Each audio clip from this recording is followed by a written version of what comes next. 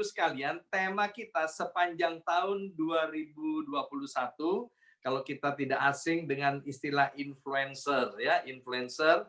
Nah, tema kita sepanjang tahun 2021 adalah influence, ya, influence. Bersama saya ucapkan influence, 23, influence, ya. Influence, ada influencer. Itu tema kita sepanjang tahun 2021. Apa itu influence? Influence adalah pengaruh, dampak. Gembala senior kita mendapatkan rema daripada Tuhan agar hidup setiap kita, lihat gambarnya, ada pria, ada wanita, ada anak, kemudian ada menantu, dan lain sebagainya. Artinya, setiap kita, laki, perempuan, tua, muda, sampai ke anak-anak, hidup kita harus memberi dampak atau memberi pengaruh yang baik. Sebab ada dampak atau pengaruh yang tidak baik. Tapi biarlah tahun 2021 hidup setiap kita, anak-anak Tuhan, itu memberikan dampak kepada lingkungan di mana Tuhan tempatkan kita. Memberi dampak, memberi pengaruh yang baik kepada keluarga kita. Memberikan dampak, memberi pengaruh yang baik di marketplace, di tempat kita bekerja. Kita memberi dampak yang positif, memberi pengaruh yang positif di sekolah-sekolah di mana Tuhan tempatkan kita. Matius pasal 5 ayat 13 berkata, ini yang akan mendasari ayat kita sepanjang tahun 2021, bahwa kamu, Bapak Ibu sekalian dengan saya, kita semua adalah garam dunia. Jika garam itu menjadi tawar, dengan apakah ia diasinkan? Tidak ada lagi gunanya selain dibuang dan diinjak orang. Jadi kita ini adalah garam dunia. Buat Bapak Ibu yang kepingin diet, yang kepingin tubuhnya kurus, maka cara bikin tubuh kurus dengan cepat, yaitu makanan kita jangan ditaruh garam, ya. Sama sekali kita pantang garam, itu pasti dalam waktu singkat kita akan jadi kurus. Kita boleh makan daging sebanyak-banyaknya, kita boleh makan cheesecake sebanyak-banyaknya, tetapi semuanya tidak boleh mengandung garam, ya. Jadi kalau tidak mengandung garam tentu tidak ada rasanya. Nah, Tuhan mau hidup setiap kita itu memberikan dampak. Mungkin kita nggak kelihatan, seperti garam nggak kelihatan kehadirannya, tapi memberikan dampak yang baik, memberikan dampak yang positif. Nah, kita tahu ada influencer yang cukup terkenal di Texas, namanya Ryan. Dia memulai usahanya sebagai influencer, ini masih anak-anak, ya. Sekarang ini penghasilannya dihitung rupiah, itu sudah triliun rupiah penghasilan anak-anak ini, ya, yang namanya Ryan. Cucu saya itu yang ada di Indonesia itu sekarang lagi dipersiapkan untuk menjadi bukan miliarder juga, tetapi dipersiapkan jadi triliuner, ya. Maka itu mulai umur 4,5 tahun mulai jadi influencer juga cucu saya. Sehingga kalau pagi udah sekolah, siang papa mamanya bilang, ayo kerja, kerja. Dan kemudian mulai syuting dan lain sebagainya. Dan puji Tuhan, hari ini banyak barang-barang datang dikirim ke rumah anak saya dan juga sudah mulai mendapatkan penghasilan tetap setiap bulannya sebagai influencer, ya. Mari kita baca di dalam kitab Efesus pasal 2 ayat yang ke-10, dikatakan begini. Kita, yaitu Bapak Ibu saudara sekalian dengan saya, adalah ciptaan Allah. Dan melalui Kristus Yesus, Allah membentuk kita supaya kita melakukan hal-hal yang baik yang sudah dipersiapkannya untuk kita. Perhatikan, yang pertama, bahwa kita ini adalah ciptaan Allah, made in Allah. Kita bukan made in China, kita bukan made in Indonesia, kita bukan made in India, tapi kita semua adalah made in Allah, ciptaan Allah. Dan kita tahu, ciptaan negara-negara tertentu itu berkualitas tinggi. Kalau ciptaan Allah tentu bukan lagi berkualitas tinggi, dia adalah top, Marco top. Kita ini udah yang paling top, karena kita adalah ciptaan Allah. Bahkan dikatakan melalui Yesus Kristus Allah telah membentuk kita. Membentuk apa? Yohanes 1 ayat 12 berkata bahwa barang siapa percaya kepada Yesus, kepadanya diberi kuasa sebagai anak-anak Allah. Jadi kita ini selain buatan Allah, kita ini juga adalah anak-anak Allah. Jadi adalah hal yang mudah untuk hidup kita ini memberikan pengaruh, memberikan dampak yang positif. Dikatakan di ayat tadi bahwa kita ini diciptakan oleh Allah. Supaya apa? Supaya kita melakukan hal-hal yang baik. Bersama saya ucapkan hal-hal yang baik. 2, 3, hal-hal yang baik. Nah, Bapak Ibu sekalian, tahun lalu saya beberapa kali khotbah, saya bawa garpu, ya. Saya selalu bilang kepada jemaat, hope for the best, prepare for the worst. Kita itu harus bersiap-siap untuk, kita harus berharap untuk sesuatu yang terbaik terjadi kepada kita, tetapi kita harus siap juga kalau sesuatu yang buruk terjadi pada kita. Tahun 2021, kita nggak tahu apa yang akan terjadi. Seperti kebanyakan kita anak-anak Tuhan, waktu mau memasuki tahun 2020, semua kita punya pengharapan yang positif. Kita namai tahun 2020, 2020 adalah tahun double blessing. Dan semua mengamenkan.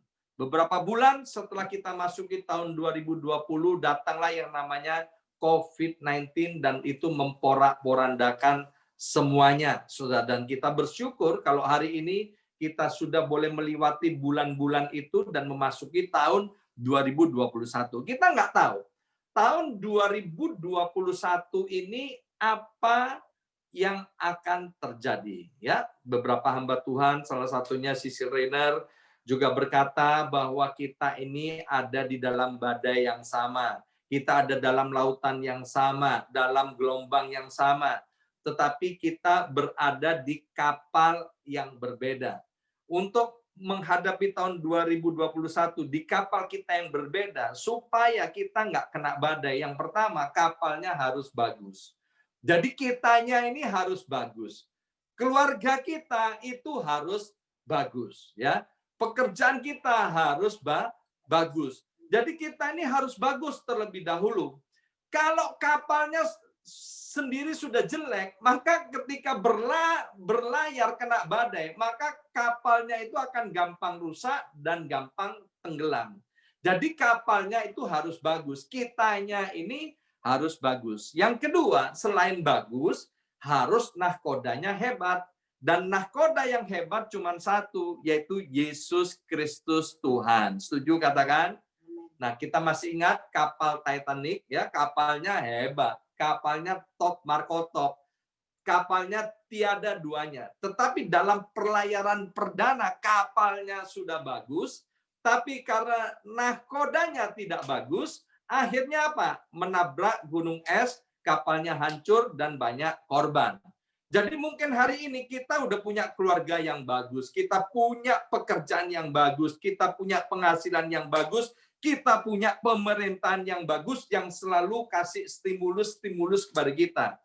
Lebih daripada itu yang penting adalah nahkodanya, yaitu Yesus Kristus Tuhan. Ya, kita berharap yang terbaik terjadi, tetapi kita harus siap-siap ketika sesuatu yang buruk terjadi, kita sudah siap. Nah, kita harus ngerti bahwa kita ini buatan Allah, kita ini adalah anak Allah, Saudara. Ya, kenapa kita perlu bersiap-siap? Di Louisiana beberapa tahun yang lalu, kalau nggak salah 2005, itu terjadi badai tsunami, dan kemudian yang meninggal dunia banyak sekali. Dunia kan jadi heran. Kenapa negara Amerika yang begitu maju sudah mengetahui akan datangnya tsunami, tapi kok banyak yang meninggal dunia? Ternyata begini, Saudara. Karena beberapa kali diperingatin ada badai, maka kemudian orang nggak siap-siap pertamanya sih untuk menghadapi badai. Tapi ketika udah siap-siap ternyata badainya nggak datang. Maka itu kemudian ketika diperingati bahwa akan ada tsunami tahun 2005, orang-orang di Louisiana, mereka nggak siap-siap, saudara. Karena mereka nggak siap, maka kemudian badai itu datang, mereka benar-benar dibuat kaget, saudara. Dan akhirnya banyak yang meninggal. Nah, maka itu tahun 2021 kita harus benar-benar mempersiapkan diri. Yang pertama, kapalnya harus baik, yaitu kitanya harus baik, pekerjaan kita harus baik, keluarga kita harus baik. Dan selain itu, harus Yesus yang nomor satu, harus Yesus yang menjadi nahkoda kita. Nah, kita harus mengamenkan dan taruh dalam hati kita sungguh-sungguh bahwa kita ini buatan Allah dan kita adalah anak Allah. Saya pernah cerita bagaimana seorang pendaki, dia menemukan telur burung Raja Wali. Kemudian dia bawa pulang ke rumahnya dan telur ini dirami oleh induk ayam bersama dengan beberapa telur-telur anak ayam. Waktunya menetas, maka keluarlah anak burung Raja Wali bersama-sama dengan anak-anak ayam itu. Dan mereka bermain bersama dan anak Raja Wali tidak menyadari bahwa dirinya adalah Raja Wali. Sampai satu kali ketika anak Raja Wali ini udah makin besar, dia melihat ada burung Raja Wali terbang di atasnya, dan dia terkagum-kagum. Dia tanya sama mamanya, "Mama, itu apa yang terbang di atas?" "Oh, itu adalah burung Raja Wali." Ya. Kalau saya apa, Ma? "Oh, kalau kamu itu ya sama, kamu adalah anak ayam. Bisa nggak terbang seperti itu? Jangan mimpi, karena kamu ini adalah anak ayam." Akhirnya anak Raja Wali sampai masa tuanya kemudian mati. Dia mati sebagai anak ayam dan tidak pernah terbang. Maka itu Bapak Ibu Saudara sekalian, kita harus mengamini dan mempercayai bahwa kita ini adalah made in Allah. Kita ini adalah buatan Allah. Bahwa kita ini adalah anak-anak Allah. Kalau kita menyadari bahwa kita buatan Allah dan kita ini adalah anak-anak Allah, maka dengan kekuatan dari Roh Kudus, kita akan mampu untuk melakukan segala perbuatan-perbuatan baik dan hidup kita akan menjadi berkat. Tadi saya udah cerita Ryan, saya cerita cucu saya bagaimana sebagai seorang influencer mereka mulai mendapatkan keuangan. Mari kita lihat di dalam Kolose pasal 3 ayat 23 dan 24. Apapun juga yang kamu perbuat, perbuatlah dengan segenap hatimu seperti untuk Tuhan dan bukan untuk manusia. Kamu tahu bahwa dari Tuhanlah kamu akan menerima bagian yang ditentukan bagimu sebagai upah. Kristus adalah Tuhan dan kamu hambanya. Perhatikan, Kristus adalah Tuhan dan kamu hambanya. Setiap kita harus mengamini bahwa Tuhan Yesus Kristus, Bapa kita itu adalah Tuhan kita. Dan kita dikatakan akan menerima upah itu daripada Tuhan kita, bos di atas segala bos, yaitu Yesus Kristus. Dan upahnya itu adalah dengan tepat.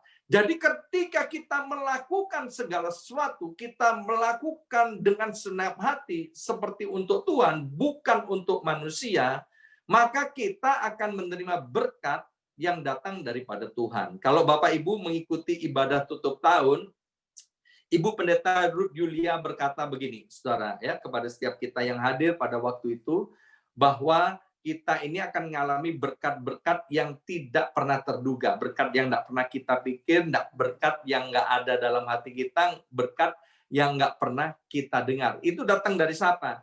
Datang daripada Tuhan. Seperti tadi, saudara, karya daripada William Rainer, ya, dan Cecil, dan tim itu menyajikan performan anak-anak sekolah minggu itu luar biasa. Mereka mengerjakan dengan segenap hati. Juga kepada Bapak Ibu yang melayani dalam ibadah Zoom. Ini nggak mudah, saudara, untuk menyelenggarakan ibadah Zoom dari waktu ke waktu. Ini sangat rumit, ya, behind the scene-nya sangat rumit. Bagaimana tim ini berusaha untuk memberikan lagu-lagu yang terbaik, bagaimana untuk mengoperasikan Zoom ini yang terbaik sehingga kita bisa diberkati.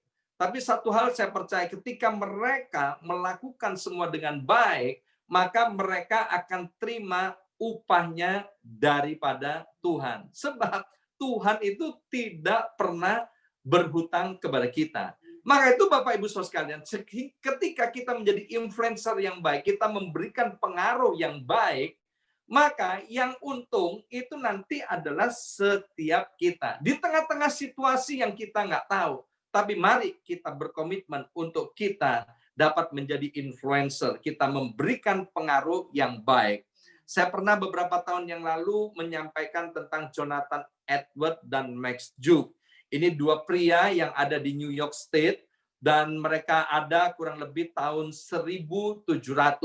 Ya, Jonathan Edwards menjadi influencer yang baik, influencer yang memberikan dampak yang positif, hidupnya menjadi berkat. Sementara pria yang lain adalah Max Juke. Ketika disurvei waktu mereka sudah meninggal dunia 150 tahun kemudian, maka terjadilah yang di kiri dan di kanan layar Bapak Ibu sekalian. Dari Jonathan Edwards ini, saudara, sebagai influencer yang baik melahirkan keturunan, 300 orang menjadi pendeta, 120 orang menjadi profesor, 110 orang menjadi pengacara, kemudian ada yang menjadi dokter dan lain sebagainya. Sementara Max Juke, 440 orang hidup dalam pesta pora, ada yang jadi gelandangan, ada yang jadi pelacur, ada yang menjadi narapidana, ada yang menjadi sampah masyarakat, dan akhirnya Max Juke itu di tahun 1700-an merugikan pemerintahan yang ada di New York State ini 1,2 juta US dollar. Alkitab berkata, orang benar yang bersih kelakuannya, orang benar yang bersih kelakuannya, maka dia dan keturunannya akan berbahagia. Mari Bapak Ibu sekalian, kita sebagai influencer daripada kerajaan sorga, kita ini buatan Allah, kita ini adalah anak-anak Allah. Mari mulai sekarang dengan pertolongan dari Roh Kudus, kita melakukan segala perbuatan-perbuatan yang baik. Nah, itu adalah tema kita sepanjang tahun 2021, menjadi influencer kerajaan Allah. Hidup kita memberikan dampak dan pengaruh yang baik. Dan untuk bulan Januari ini, ya, tema bulan Januari ini adalah Inside Out. Yohanes 7 ayat 38 berkata, barang siapa percaya kepadaku, seperti yang dikatakan oleh kitab suci, dari dalam hatinya akan mengalir aliran-aliran air hidup. Waktu saya cerita tentang apa yang akan disampaikan bulan Januari ini, temanya Inside Out, maka saya sharing kepada istri saya dan anak saya Keisha, dan kemudian Keisha bilang, lupa itu Inside Out ada filmnya. Bagus banget filmnya, Pak. Itu cerita tentang 5 karakter. Dan kemudian saya mau cari tahu dan mencari sinopsisnya. Ternyata di dalam movie Inside Out, saudara, itu menampilkan 5 karakter, yaitu joy, kemudian kesedihan, kemarahan, kejijikan, dan ketakutan, saudara. Nah, yang mau saya sampaikan dari Inside Out ini, yaitu dari dalam hati kita akan mengalirkan aliran-aliran air hidup, karena kita ini di dalamnya ada Spirit of Excellence, yaitu Roh Kudus, maka dari dalam hati kita akan mengalir yang namanya kasih, sukacita, damai sejahtera, kesabaran, kemurahan, kebaikan, kesetiaan, kelemah lembutan, dan penguasaan diri. Ya, daftar-daftar itu adalah buah daripada Roh Kudus. Nah, Tuhan mau sepanjang tahun 2021 dan khususnya dimulai di awal tahun ini, yaitu bulan Januari, mari dari dalam diri kita ini keluar sehingga memberikan dampak kepada orang-orang yang ada di sekitar kita. Mereka bisa merasakan yang namanya kasih, sukacita, damai sejahtera, kesabaran, kemurahan, kebaikan, kesetiaan, kelemah lembutan, penguasaan diri dari kehidupan kita terpancar keluar. Nah, bagaimana saudara bisa inside out? Bagaimana agar dari dalam kita bisa mengalir aliran-aliran air hidup itu? Rasul Paulus menuliskan bagaimana kita menjadi anak-anak yang terang. Bagaimana cara menjalani kehidupan sehingga inside out ini, dari dalam ini keluar aliran-aliran air yang baik ini, saudara, yang memberikan pengaruh dan dampak yang positif. Efesus pasal 5 ayat 15 sampai dengan 17 berkata, karena itu perhatikanlah dengan seksama bagaimana kamu hidup. Janganlah seperti orang bebal, tetapi seperti orang arif, dan pergunakanlah waktu yang ada karena hari-hari ini adalah jahat. Sebab itu janganlah kamu bodoh, tetapi usahakanlah supaya kamu mengerti kehendak Tuhan. Saya mau sampaikan dua hal saja. Yang pertama, saudara, bagaimana inside out ini terjadi, yaitu kita harus mengambil keputusan jangan lagi hidup sebagai orang bebal, tapi mari kita hidup sebagai orang arif. Orang bebal itu apa? Orang bebal bukan orang bodoh. Orang bebal adalah orang yang keras kepala. Orang bebal itu orang yang nggak mau dikasih tahu. Orang bebal itu orang yang semau gue, nggak mau diajarin. Dan orang bebal itu disamakan dengan keledai. Keledai itu sebetulnya bukan bodoh. Beda antara bodoh dan bebal. Bebal itu cuma keras kepala, keras hati. Makanya dikatakan hanya keledai saja yang bisa jatuh di dalam lubang yang sama. Nah, dari Yehezkiel pasal 11 ayat 19 dan 20 tadi, saudara, kita ini menjadi orang bebal karena kita nggak mau, saudara, memiliki hati yang taat, hati yang teachable. Maka ayat ini menjadi ayat kesukaan saya, ayat yang menjadi salah satu doa saya. Saya selalu berdoa begini, saudara, Tuhan, berikan saya, istri saya, anak-anak saya, menantu dan cucu saya, hati yang baik, Tuhan. Buang dari tubuh ini hati yang jahat, buang dari tubuh ini hati yang keras, Tuhan. Beri sekarang aku ini hati yang lemah lembut, yang gampang diajar. Anugerah aku hati sehingga aku hidup di dalam ketaatan. Dengan demikian, saudara, ketika kita memiliki hati yang teachable, hati yang mau diajar oleh kebenaran firman Tuhan khususnya, dan kemudian mentaatinya, saya percaya kita tidak akan lagi hidup sebagai orang bebal, tetapi kita akan hidup sebagai orang yang arif, saudara. Ya.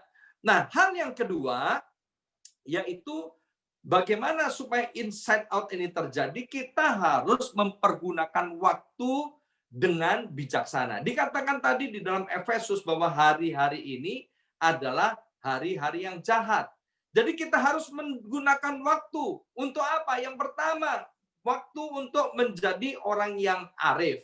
Di dalam Mazmur 90 ayat 12, Musa berkata, ajarlah kami menghitung hari-hari kami sedemikian sehingga kami beroleh hati yang bijaksana. Ayat sebelumnya itu berkata bahwa hari-hari itu, saudara, itu begitu singkat, umur manusia 70 sampai 80 tahun.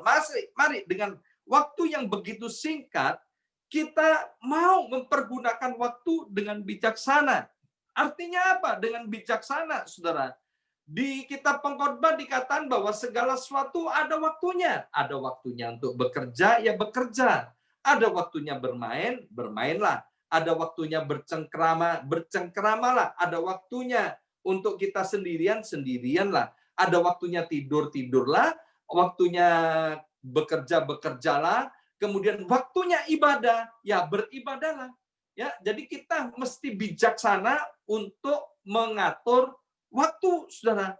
Pertama, mengatur waktu untuk menjadi orang yang arif. Yang kedua, mengatur waktu untuk mengerti kehendak Tuhan.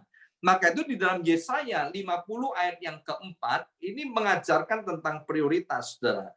Tuhan Allah memberikan kepadaku lidah seorang murid, supaya dengan perkataan aku dapat memberi semangat baru kepada orang yang letih lesu. Setiap pagi, bersama saya ucapkan setiap pagi, 2-3, setiap pagi. Ia mempertajam pendengaranku untuk mendengar seperti seorang murid, saudara. Jadi dikatakan setiap pagi. Maka itu mulai besok, seperti tadi yang sudah disampaikan oleh host, mulai besok pagi, saya dan istri serta anak saya Kesia, kami ini mau berkorban, saudara. Yaitu bangun pagi, untuk bersama-sama memimpin Bapak Ibu sekalian jemaat untuk menomorsatukan Tuhan, ya, menomorsatukan Tuhan dengan kita berdoa. Mulai jam 5.30 sampai dengan jam 6.30. Jadi 1 jam aja.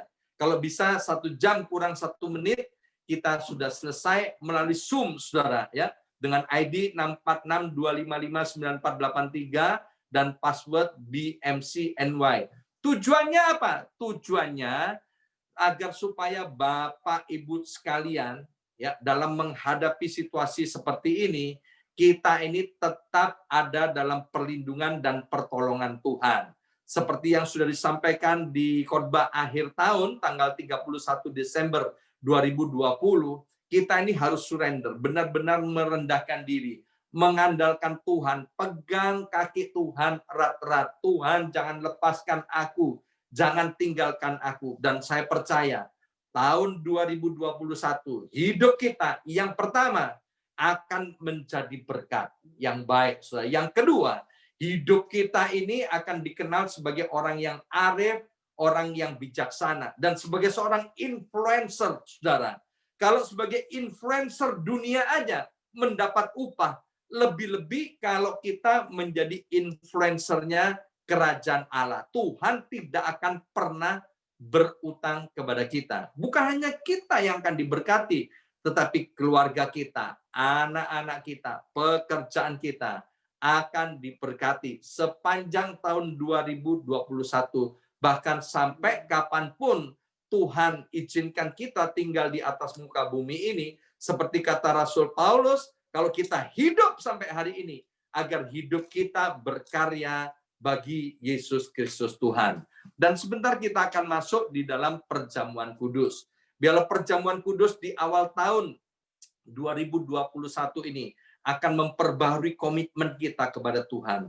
Kita akan dengan kerendahan hati kita berkata, Tuhan, mulai sekarang aku tidak akan lepaskan Engkau.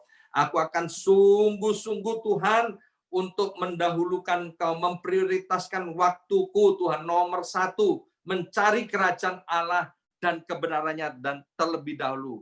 Dan saya percaya setiap kita apa yang dibutuhkan Tuhan akan tambahkan kepada kita. Mari sebelum kita masuk dalam perjamuan kudus, silakan mempersiapkan roti dan anggur perjamuan. Kita akan naikkan pujian ini, darah-Mu Yesus. Sementara nanti saudara periksa hati masing-masing, kalau ada sesuatu yang tidak beres, minta ampun kepada Tuhan.